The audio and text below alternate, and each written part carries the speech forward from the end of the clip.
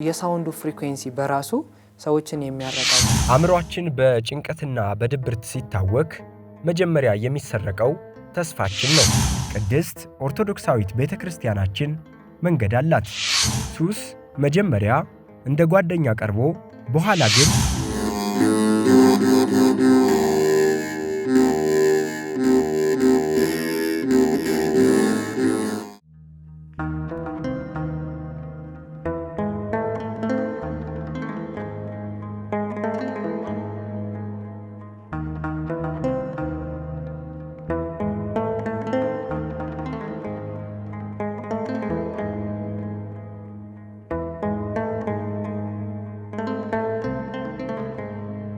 ሩጫና ጫጫታው በዝቷል።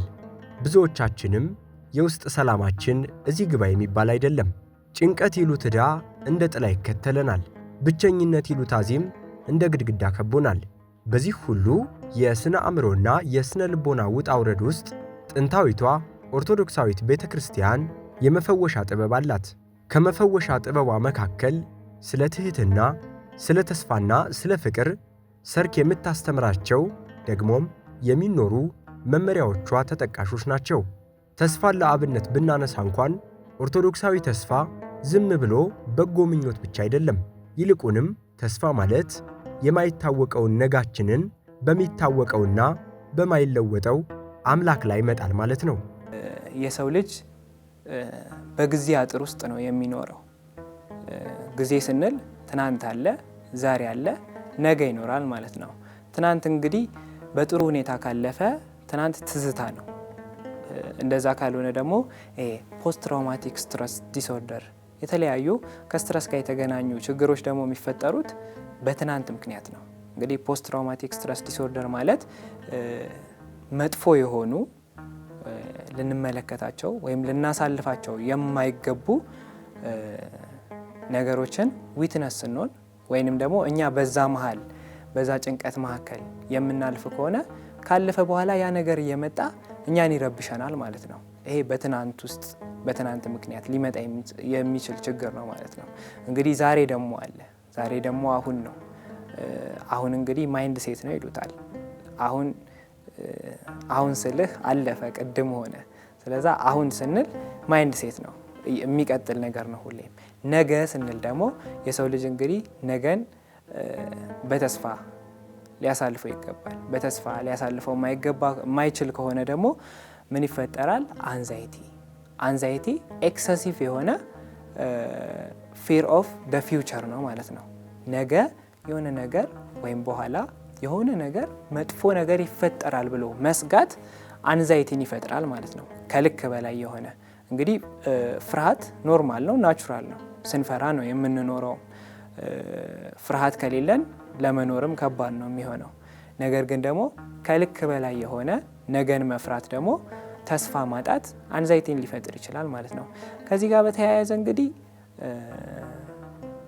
ይሄ ዲፕሬሽን አንዳንድ ሰዎች ጭንቀት ነው ይሉታል። በሕክምናው ግን ከልክ በላይ የሆነ ድባቴ ነው። እንዲህ በቀላሉ ልንረዳው የምንችለው ነገርም በቀላሉ ልንገልጸው የምንችለው ነገርም ነው ብዬ አላስብም። በልምድ ዝም ብለን ዛሬ ደብሮኛል፣ ነገ እንደዛ አይነት ነገሮች ልንል እንችላለን። ነገር ግን አንድ ሰው የዲፕሬሽን ዲስኦርደር አጋጥሞታል ለማለት ቢያንስ በዛ ስሜት ውስጥ 15 ቀን ማለፍ ይኖርበታል። ብዙ ክራይቴሪያዎች አሉት፣ እነዛን ማሟላት ይኖርበታል ማለት ነው። ይሄ ደግሞ እንግዲህ ዋና ይህንን ከሚያመጡ ምክንያቶች መካከል አንደኛው ተስፋ ማጣት ነው። ተስፋ ማጣት ማለት ነገን ማጣት፣ ነገ የምንሄድበትን ቦታ ማጣት፣ ሆፕለስነስ የምንለው ነገር ማለት ነው። በህይወት ፐርፐዝ ማጣት፣ ጎርዚ እንዳልሆንን መረዳት ማለት ነው። እንግዲህ በቤተ ክርስቲያናችን ለዚህ ሂሊንግ የሚሆኑ ብዙ ነገሮች ይኖሩናል። እንግዲህ አንድ ክርስቲያን ህይወቱን ሲኖረው ተስፋ መንግስተ ሰማያትን ተስፋ እያደረገ ነው። ክርስቲያን እንግዲህ በዚህ ዓለም አይደለም የሚታጠረው። ልክ የዚህኛው ዓለም መጨረሻ ማለት የሚቀጥለው ዓለም መጀመሪያ ነው ማለት ነው። ስለዛ ተስፋ መንግስተ ሰማያትን እያረግን ሁሌም ክርስቶስ ይመጣል፣ ሁሌም ክርስቶስ ይመጣል እያልን ነው የምንኖረው ማለት ነው። ሰው ይሄ ተስፋ ዲፕሬሽን ውስጥ እንዳንገባ፣ ይሄ ተስፋ ነገን ብሩህ እንደሆነ እንድናየው ያደርገናል ማለት ነው።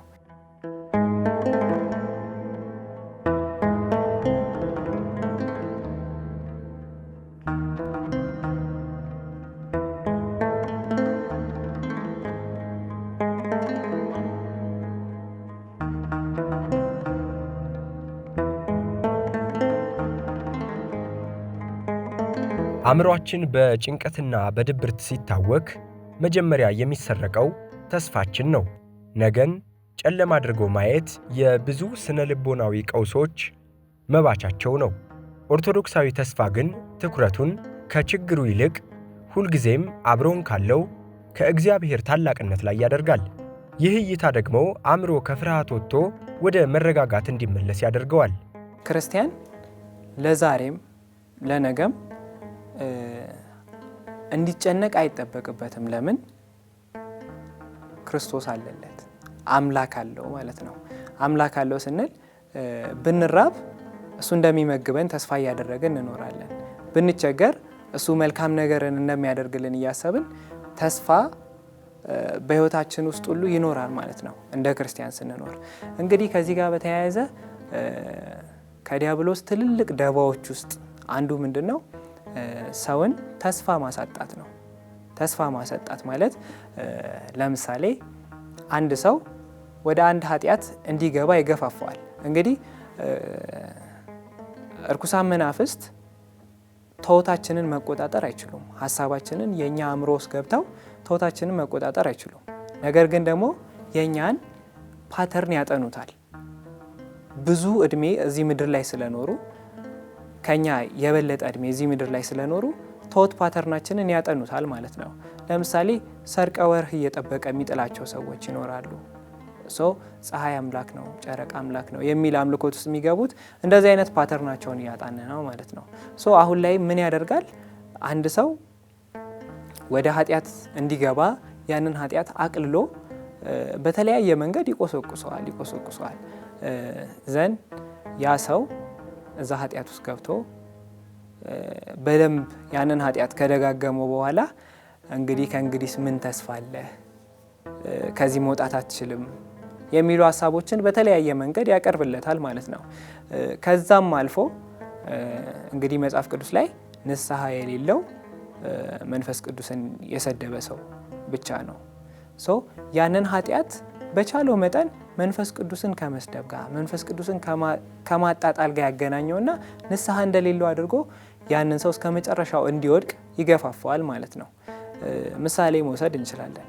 ለምሳሌ አንድ ሰው ከእንግዲህ ከኃጢአቶቼ ሁሉ ተመልሻለሁ ብሎ ንስሐ ገብቶ አዲስ ዓመትን በሰላም ተቀብሎ ሌሊት ማህሌቱን አድሮ ቅዳሴውን አስቀድሶ ቁርባኑን ቆርቦ ወደ ቤቱ ሲሄድ አንድ ተሳዳቢ ሰው ሊልክበት ይችላል። ያ ሰው ሲሰድበው ይሄም ሰው ተመልሶ ሊሳደብ ይችላል። ከዛ በኋላ እንግዲህ ምን ይከተላል? ጸጸት ይከተላል ማለት ነው። በቃ እኔ መቼም የማልለወጥ ሰው ነኝ፣ እኔ መቼም ልሻሻል የማልችል ሰው ነኝ ብሎ ተስፋ መቁረጥ ውስጥ ይገባል ማለት ነው። በዚህ አይነት መንገድ ተስፋ ሊያስቆርጠን ይሞክራል። ነገር ግን በምንም አይነት ሁኔታ ውስጥ ብንሆን ተስፋ ልንቆርጥ አይገባንም እንደ ክርስቲያን። እንግዲህ መጽሐፍ ቅዱስ ይላል አይደለ? ጻድቅ 7 ጊዜ ወድቆ 7 ጊዜ ይነሳል። ቅዱሳን አባቶቻችን ጻድቃኑ እንኳን ወድቀው ተነስተዋል። ይህንን ስንመለከት እኛም ነገ ተስፋ እንዳለን መነሳት እንደምንችል መመለስ እንደምንችል እንመለከታለን ማለት ነው። በመጽሐፍ ቅዱስ ላይ የተለያዩ ታሪኮችን ማየት እንችላለን። የቅዱስ ዳዊትን ታሪክ ብንወስድ ለምሳሌ ቅዱስ ዳዊት ብዙ የማይገቡ ኃጢአቶችን በፈጣሪ ዘንድ ሰርቶ ነበር።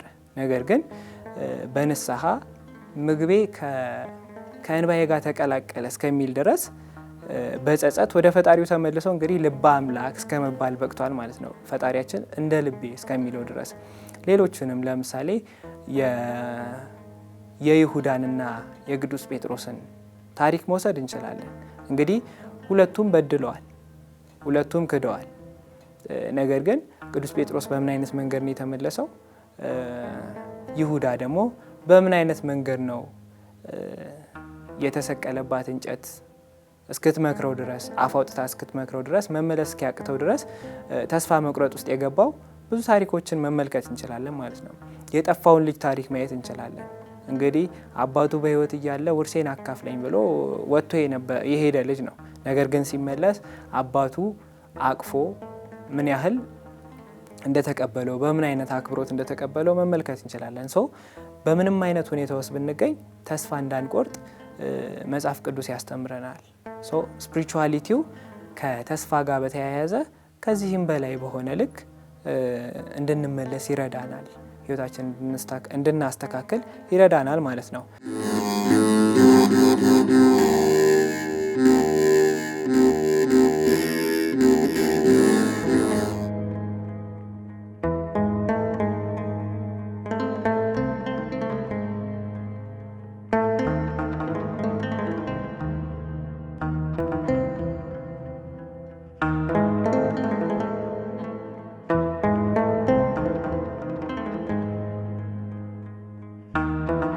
ደግሞ ሌላው ወርቃማው የቤተ ክርስቲያናችን አስተምሮ ፍቅር ነው። ለአእምሮ መታወክ፣ ለቂምና ለጥላቻ ፍቱን መድኃኒት ነው ይሉታል። ፍቅር ለቆሰለች ነፍስ ታላቋ ቅባት ይሏታል ሊቃውንት። ብዙ ስነ ልቦናዊ ቁስሎች የሚመነጩት ከቂም ከጥልና ከብቸኝነት ነው። ፍቅር ደግሞ እነዚህን ግድግዳዎች ያፈርሳል። እውነተኛ ፍቅር ራስን ወደ መስጠት ሲያዘነብል የራስ ወዳድነት እስር ቤት ይከፈታል። ሌሎችን ይቅር ስንል የምንፈታው በቂም ታስሮ የነበረውን አእምሯችንን ነው። በፍቅር ውስጥ ፍርሃት የለም። ፍቅር ሲነግስ ብቸኝነት ይሰደዳል። በእግዚአብሔር ፍቅር መታቀፍና ለፍጥረቱ ፍቅር መስጠት የአእምሮ ጤና የመጨረሻው ጥግና የቅድስና መንገድ ነው። ፍቅር እንግዲህ ፍቅርን እንዴት ትገልጹታላችሁ ብንባል ራሱ ፍቅር ክርስቶስ ነው አይደል የምንለው። እንግዲህ ከሱ በላይ የፍቅር መገለጫ ምን አለ? ቅድም ብያችኋለሁ አይደለ? ይሄ አንኮንዲሽናሊ ያለምንም ቅድመ ሁኔታ ወዶን ራሱን አሳልፎ እስከ መስጠት ድረስ የደረሰልን አምላካችን ነው።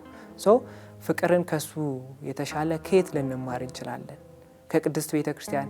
እንግዲህ ክርስቶስ ቅድስት ቤተ ክርስቲያንን ምን ያህል እንደወደዳት በደሙ እስኪሞትላት ድረስ እንደወደዳት እኛም በፍቅር ልንኖር እንደሚገባን ቤተ ክርስቲያናችን ታስተምረናለች ማለት ነው። ከዚህ ጋር ፍቅርን ስናነሳ ደግሞ ይቅርታን እናነሳለን። ያው ፍቅር ያለው ሰው ሁሉ ይቅርታ ይኖረዋል ማለት ነው። እንግዲህ በሳይንሱ አሁን ፎርጊቭነስ ቴራፒ የሚባል አለ። ብዙ ትራውማ ውስጥ የወደቁ ሰዎች፣ አድቨርስ የሆኑ ኤክስፔሪየንስን ያሳለፉ ሰዎች በጣም የሚከብዳቸው ነገር ምንድን ነው? ፎርጊቭነስ ነው። ለዛ ነገር ይቅርታ መስጠት። ምናልባት በልጅነታቸው የበደሏቸው ሰዎች፣ የተበደሉበት ሁኔታ፣ የጎዷቸው ነገሮች ሊኖሩ ይችላሉ። ሰው በመንፈሳዊ ሕይወት ስንኖር፣ በንስሐ ሕይወት ስንመላለስ ይቅርታን ሁሉ እንማራለን ማለት ነው። ይቅርታ አደረግን ማለት፣ ይቅርታ ተቀበልን ማለት ለውስጣችን የተለያዩ በረከቶችን እያመጣን ነው ማለት ነው። አእምሯችንም ሰላም ያገኛል፣ ካለንበትም ትራውማ እንላቀቃለን ማለት ነው።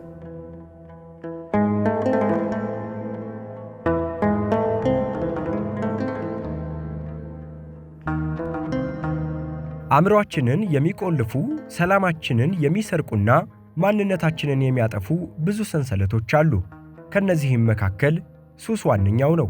ሱስ መጀመሪያ እንደ ጓደኛ ቀርቦ በኋላ ግን እንደ ጨካኝ ጌታ የሚገዛ ደዌ ነው። አእምሯችን በአንድ ነገር ላይ ብቻ እንዲጠመድ በማድረግ እውነተኛውን የሕይወት ጣዕም ይከለክለናል። ከዚህ የባርነት አዙሪት ለመላቀቅም ቅድስት ኦርቶዶክሳዊት ቤተ ክርስቲያናችን መንገድ አላት። እንግዲህ ሱስ ሀቢት ነው፣ ልማድ ነው፣ ልምምድ ነው። የሆነ ነገርን ከመጠን በላይ በሆነ ሁኔታ ስንጠቀመው ነው ሱስ ውስጥ የምንገባው። እንግዲህ ድረግ ሚስዩዝ ይኖራል መጀመሪያ ላይ፣ ከዛ በኋላ አቢዩዝ ይኖራል፣ ቶለራንስ ይኖራል። ድረግ ቶለራንስ የምንለው በፊት ላይ እርካታን ይሰጠን የነበረው መጠን እንደ ድሮ አላረካን ሲል መጠኑን እየጨመርን ስንሄድ፣ ሌላኛው ዲፔንደንስ ይኖራል፣ በዛ ነገር ላይ ጥገኝነት ላይ መውደቅ። ከዛ በኋላ ነው እንግዲህ አዲክሽን የምንለው ነገር የሚፈጠረው ማለት ነው። ሶ ያ ሁሉ ሀቢት ነው ማለት ነው። እንግዲህ አንድ ሰው የሆነ ነገርን በተደጋጋሚ ሲያደርገው ይሄ ከዶፓሚን ሲስተሙ ጋር ኒውሮሎጂካሊ፣ ሳይኮሎጂካሊ ይሄ ሬንፎርስ ከማድረግ ነገር ጋር የሆነ አቺቭመንት ሲኖረው ሬንፎርስ የሚያደርገው ራሱን በእንደዛ ነገር ይሆናል ማለት ነው። ሶሻሊ አክሰፕት ለመደረግ በተለይ ወጣቶች ላይ ወጣቶች ምናልባት አራዳ ነው ለመባል እዛ ነገር ውስጥ ይገባሉ ማለት ነው። ፒር ፕሬሸሩ ይኖራል። ሶሻሊ እነዚህ ሁሉ ነገሮች ናቸው ሰዎችን ገፋፍተው የሚከቱት። በቤተ ክርስቲያናችን ስንሄድ ደግሞ በምን አይነት መንገድ በምን አይነት አግባብ ልንኖር እንደሚገባን ቤተ ክርስቲያን ታስተምረናለች። በተለያየ መንገድ ታስተምረናለች ማለት ነው። መጀመሪያ ላይ የወሰድነውን ጾሙን መውሰድ እንችላለን። ያንን ሀቢት በጾም ስንተካው እናደርገው የነበረውን ሀቢት ምናልባት የቅዱሳንን ገድል በማንበብ ምናልባት መጽሐፍ ቅዱስን በማንበብ ስንተካው ምናልባት ጸበል በመጠመቅ ስንተካው የተለያዩ ምስጢራተ ቤተ ክርስቲያንን ስንፈጽም ያ ሀቢት ከኛ ላይ እየተወገደ ከኛ ላይ እየራቀ ይመጣል ማለት ነው። እንግዲህ ቅድም እንዳልኩ አሁን ላይ የተለያዩ ሪሰርቾች እየወጡ ነው። ይሄ ስፒሪቹዋሊቲው በተለይ ከአዲክሽን ጋር በተያያዘ ምን ያህል ሊረዳ እንደሚችል ብዙ ጊዜ አዲክሽን ላይ ያሉ ሰዎች ሆፕ ያጣሉ። ምርጫቸው ጠባብ ነው የምትሆነው። እንግዲህ በጠባብ ምርጫ ምክንያት ነው ሰዎች ብዙ ጊዜ እዛ ውስጥ የሚገኙት ማለት ነው። እዛ ውስጥ ተገኝተው የሚቀሩት። ምናልባት ሱስ የሌለባቸው ሰዎች የተለያዩ ምርጫዎች ሊኖሯቸው ይችላሉ። ግን አንዴ በዛ አጥር ውስጥ የተገኘ ሰው ያችን ብቻ ነው ምርጫው አድርጎ የሚሄደው። ሲያዝንም ሲደሰትም ሲከፋውም እንግዲህ በምንም አይነት መንገድ ወደ አእምሮ ሬጂስተር ይደረግ ያን ነገር ማምለጫ አድርጎ ነው እንትን የሚለው።